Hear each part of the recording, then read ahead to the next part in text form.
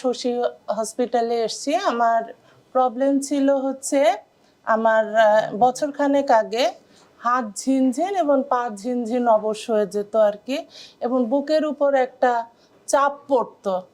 আমি রাতে ঘুমাতে পারতাম না, প্রায় রাতে আমার ঘুম ভেঙে যেত। আমি নিউরোসায়েন্স হসপিটালে যাই এবং যাওয়ার পরে ওখানে আমি বছরখানেক আমি মেডিসিন খাই, but there is no improvement.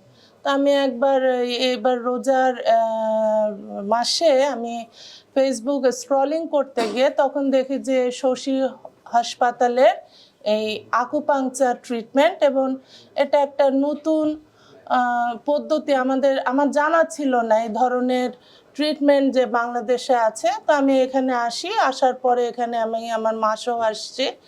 আমি 3 দিন ট্রিটমেন্ট নিয়েছি এবং প্রথম দিনের ট্রিটমেন্টে আমার বেশ অগ্রগতি হয়েছে, যেটা হলো যে আমি এখন রাতে ঘুমাতে পারি। আমার হাত ঝিনঝিন অবশ এবং পা ঝিনঝিন অবশ হয়ে যে পুরা শরীরে যে একটা আড়ষ্ট ভাব সৃষ্টি হতো, আমার মনে হতো এই বুঝি আমি হার্ট অ্যাটাক করে মরে যাবো, আমার বুক চেপে আসতো।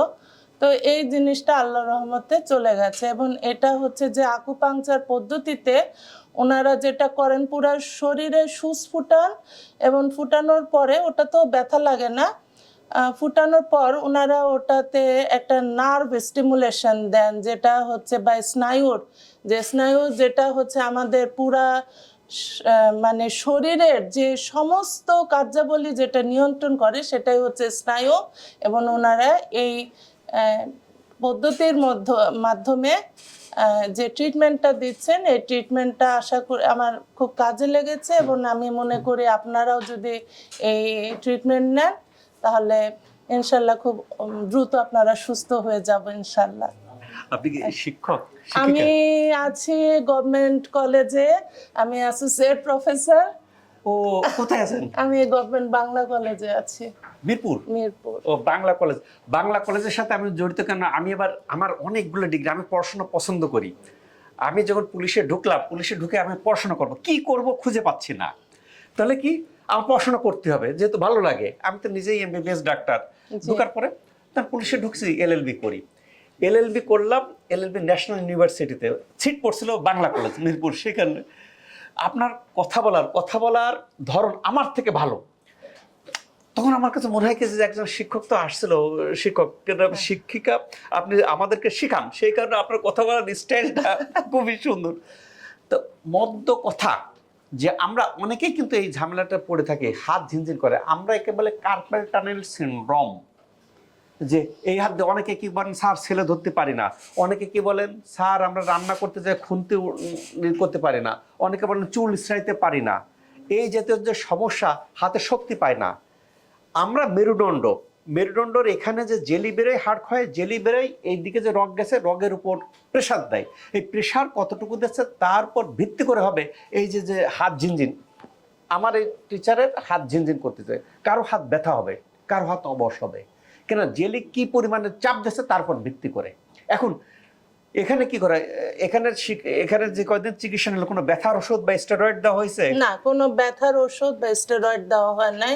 মানে স্টেরয়েড তো আসলে আমাদের শরীরের জন্য ক্ষতিকর, ও এই জন্য আমি স্টেরয়েড ট্রিটমেন্ট পছন্দ করি না। আপনাদের শিক্ষা জ্ঞান বিজ্ঞান আছে বিদায় স্টেরয়েড লাগবে, কোন ক্ষেত্রে লাগবে? যেমন আমি কেন্দ্র পুলিশ হাসপাতালে যখন কোভিড হয়, তখন যে পেশেন্টটা আইসিইউতে গেছে জীবন বাঁচানোর জন্য স্টেরয়েড ইউজ করা হয়েছে, সেই ক্ষেত্রে লাগবে। কিন্তু নর্মাল স্টেরয়েড আমাদের বডির ইমিউন সিস্টেমকে ধ্বংস করে দেয়। স্টেরয়েড দেওয়ার পর দেখবেন যে হাড় আরও ক্ষয় হয়ে যাচ্ছে। যার এভিএন আমাদের এখানে মেরুদণ্ডের এখানে ফিমার থাকে, ফিমারের বাটি অনেকের পচে যায়, নিক্রোসিস হয়ে যায়, পচন ধরে। অনেকের ক্ষেত্রে অনেকগুলো কারণ আছে, তার মধ্যে একটা কারণ হচ্ছে স্টেরয়েড। আমি কয়েকটা রোগী পাইছি, তারা আমেরিকাতে কয় স্যার আমার এটা স্টেরয়েডের কারণে হয়েছে, আমেরিকা ডায়াগনোসিস করে বলছে এই জাতীয়। কাজেই আমার লাগবে, আমি অযথা যেন এই ব্যথার জন্য এই কারণে না নিই। যখন লাগবে, আমার জীবন সংকটাপন্ন হয়েছে, আমার কোনো ওয়ে নাই, তখন লাগবে। কাজেই এই জাতীয় এখানে কোনো ব্যথার ওষুধ, কোনো স্টেরয়েড দেওয়া হয় না, ন্যাচারাল পদ্ধতিতে ভালো করার চেষ্টা করা হয়। এখন আজকে যারা ভিডিওটা দেখতেছেন ওনার হয়তো 3-4 দিনে খুব ভালো রেজাল্ট চলে আসছে, ভালো হয়ে গেছেন। অনেকে মনে করেন যে আমি যাব 3 দিন দেবো, 2 দিন দেবো, দিলে আমিও ভালো হবো। সবার বডি সিস্টেম সমান না। ওনার বডির ইমিউন সিস্টেম ভালো, খুব শর্ট টাইমের মধ্যে আল্লাহর রহমতে খুব ভালো রেজাল্ট আসছে। দেখো যে অন্যজন যে দিচ্ছে তার হয়তো 30টা লাগবে, সেই কারণে আমি 30টা দিই। আউটডোরে যারা চিকিৎসা নিচ্ছেন দেখবেন কিছু অনেকেই কোর্স কমপ্লিট করেন না, দুইটা কারণে করেন না। একটা, ফেথ কম, যে আসলে ভালো হবে কিনা, আসলে এই হবে কিনা। আরেকটা কি, আমি এত ডাক্তার দেখালাম, এত বড় বড় জায়গায় গেলাম, বিদেশে গেলাম, ভালো হচ্ছে না, এই সামান্য কিছু ওষুধও দেয় না, ভালো হবে কেমনে। এই কারণে প্রেক্ষাপটে অনেকে কোর্সগুলো কমপ্লিট করেন না। যারা কোর্স কমপ্লিট, কোর্সের আগে যারা ভালো হয়ে যাচ্ছেন তারা তো আলহামদুলিল্লাহ ভালো হয়ে যাচ্ছেন। এই যে ভালো হয়ে যাচ্ছেন, ভালো হয়ে যাওয়ার পর আমি কতদিন থাকবো, কতদিন ভালো থাকবো। আমি কিন্তু গতকালকে একটা ভিডিও দিছি যে আমার নিজের লাইফ, আমি কিভাবে হাইপার টেনশন থেকে মুক্ত হয়েছি, হাইপার টেনশন কমায় নাই, হাইপার টেনশন থেকে টোটালি বেরিয়ে আসছি, ভালো হয়েছি। আগে হাইপার টেনশন ওষুধ খাইতাম 3টা, এখন কোনো ওষুধ লাগে না, প্রেশার নর্মাল। আমি আমার নিজের লাইফ কিন্তু গতকালকে দিয়েছি। এর আগে দিয়েছি আমার ডায়াবেটিস ছিল অনেক বেশি। কেন? আমি যখন কেন্দ্রীয় পুলিশ হাসপাতালে ছিলাম, আমার মধ্যে চ্যালেঞ্জ ছিল। পুলিশ হাসপাতাল 2008 সালে প্রথমে নূর মোহাম্মদ স্যার আমাকে দেয় এএসপি হাসপাতাল নামে। তখন আমি বলছিলাম স্যার হাসপাতাল এরকম হতে পারে না, হাসপাতাল অনেক ডেভেলপ করতে হবে।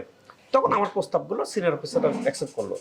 এরপর 15 সালে যখন গেলাম তখন আমার মধ্যে চ্যালেঞ্জ যে না, পুলিশ হাসপাতালকে আমি সেই বানের কর্ম, এবং আমার সাথে এসএলকে মাউন্ট এলিজাবেথ বানাবো। কেন, আমি দেশ বিদেশে অনেক হাসপাতাল ঘুরছি, যার ফলে কি হতো, আমি এখান থেকে অনেক জায়গায় যেতাম, আইসিডিডিআরবি, সিআরপি, অনেক জায়গা। এখন গেলে এসপি মানুষ যাচ্ছি, গেলেই তো কে ফাস্টফুড দেয়, কে কফি দেয়, কে চা দেয়, এখন খাইতে হয়। না খাইলে মনে করেন আপনার কাছে গেলাম, আপনি একটা প্যাটিস নিয়ে আসলেন, বুঝতেছেন। এখন না খাইলে জিনিসটা, আমরা অতিথি পরায়ণ, যেখানে যাই কিছু খাইতে হয়, না খাইলে কি অমর্যাদাকর। আমি কি করি, খাই। খাইতে গেলে কি আমার লাইফ স্টাইল হ্যাম্পার্ড হয়েছে। হ্যাম্পার্ড হওয়ার পরে কি হয়েছে, ডায়াবেটিস। আরে ভাই, সুগার তো একেবারে অনেক উপরে, প্রেশার। ওখানে কার্ডিওলজিস্ট দেখালাম, কোনো ক্রমে কমে না, প্রেশার ওষুধ দিল একটা, পরে দ্বিতীয়টা, পরে তৃতীয়টা। আমার তো জীবন গেছে। কেন, ডায়াবেটিস খুব মারাত্মক রোগ। ডায়াবেটিস ভাইরা ভাই বলে হাইপার টেনশন, যদি একবার এই হয়ে যায় আপনার অর্গান, এই কিডনি এফেক্ট হবে, বিভিন্ন অর্গান এফেক্ট হবে। আমার তো আর লাইফ নাই। আমি কি করলাম, এখন ওষুধ থেকে বেরোবো কেমনে। তখন আমি দেখলাম কি যে চাইনিজরা তো এইসব পদ্ধতি অ্যাপ্লাই করে। দেন আমি লাইফ স্টাইলে চলে আসলাম, এগুলো চলে আসলাম। চলে আসার কিছুদিন পরে দেখলাম কি যে আমার প্রেশার নর্মাল, ডায়াবেটিস নর্মাল, কোনো ওষুধ কিছু লাগে না। এখন আপনাদেরকে যেটা বলি যে আমরা এখানে কোনো ব্যথার ওষুধ দিই না, আমরা যেটা করি ওই হরমোনকে ব্যালেন্স করি, নার্ভকে স্টিমুলেশন দিই। স্যার একটা কথা বলছে যে আকুপাঞ্চার দেওয়ার পরে কি স্টিমুলেশনটা কি, নার্ভ স্টিমুলেশন, সেইটাতে ভালো কাজ করছে। এটা আমার ধারণা তাই হয়েছে। কারেক্ট। কেন কি হয়, ওই স্টিমুলেশনটা দেওয়ার পরিণতিতে যে বডির মধ্যে কি ব্যালেন্স করে, ব্যালেন্স করার পরে ওই যে জেলি বেরোয়েছে সেটাকে সংকুচিত করে ভিতর দিকে নেওয়ার চেষ্টা করে।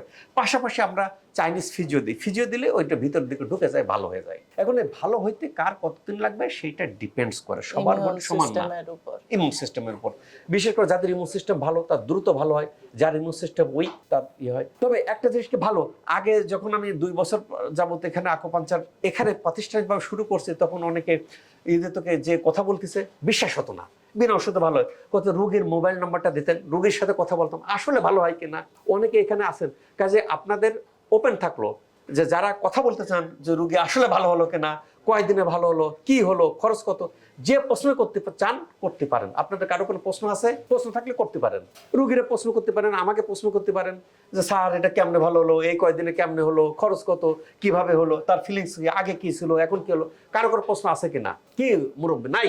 আসলে কি এখন মোটামুটি ফেদ চলে আসছে যে আকুপাঞ্চারের কাজ হয়, সেই কারণে এই প্রথমে যখন শুরু করি তখন ছিল কি যে আপনিও মনে করেন কি এত বড় জায়গায় কিছু কিনা, সিটিএস, কার্পাল টানেল সিনড্রোম। এই কার্পাল টানেল সিনড্রোমের ক্ষেত্রে প্রথমে ওষুধ দেবে, ভালো না করবে অপারেশন, সার্জারি। এর ট্রিটমেন্ট অফ চয়েস আছে সার্জারি। এখন সার্জারি অনেকে করতে চায় না, সেখান থেকে ভালো হয়ে যাচ্ছেন আল্লাহর রহমতে। আসলে বিশ্বাস করতে খুব কষ্ট হতো আগে যে এই রোগীকে আসলে ভালো হয়, এই রোগীকে আসলেই হয়।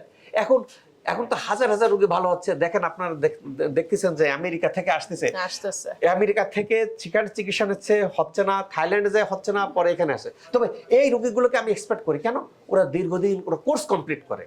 কিন্তু আমার মূল সমস্যা কি, কোর্স। এখানে যারা কোর্স কমপ্লিট করতেছেন দেখেন তাদের মুখে ইনার মতো হাসি থাকবে। যারা কোর্স কমপ্লিট করতেছেন না, 2-3টা দিলেন, দেখবেন কি তাদের ক্ষেত্রে অন্য, তাদের ক্ষেত্রে হয়তো রেজাল্ট হয় নাই। আরে করছি। আমি রমনা পার্কে হাঁটতে যাই, গতকাল না পরশুদিন একজন আসছে, স্যার আপনার ওখানে দিছিলাম স্যার, আগের মতোই ব্যথা, আকুপাঞ্চার দিছি স্যার, কাজ হয় না। তা আমি বলি কয়টা দিছি স্যার? 2টা দিছি। আমরা বলছিলাম কয়টা? 30টা। স্যার আর যাই না, গরমের মধ্যে যাই না। তাহলে আপনার ভালো হবে কেমনে? যদি 2টাতে ভালো হতো তাহলে তো আমি 2টা লিখতাম, তাহলে তো আমি 30টা লিখতাম না। কথা বুঝতে পারছেন? ওই গ্রুপ, এবং সেই গ্রুপের পরিমাণটা অল্প, 10%। 90% রোগী কিন্তু আল্লাহর রহমতে পজিটিভ ফিডব্যাক দিচ্ছেন ইনার মতো। কারো কোনো প্রশ্ন থাকলে প্রশ্ন করতে পারেন, রোগীরা প্রশ্ন করতে পারেন, আমাকে প্রশ্ন করতে পারেন, কারো কোনো প্রশ্ন থাকলে।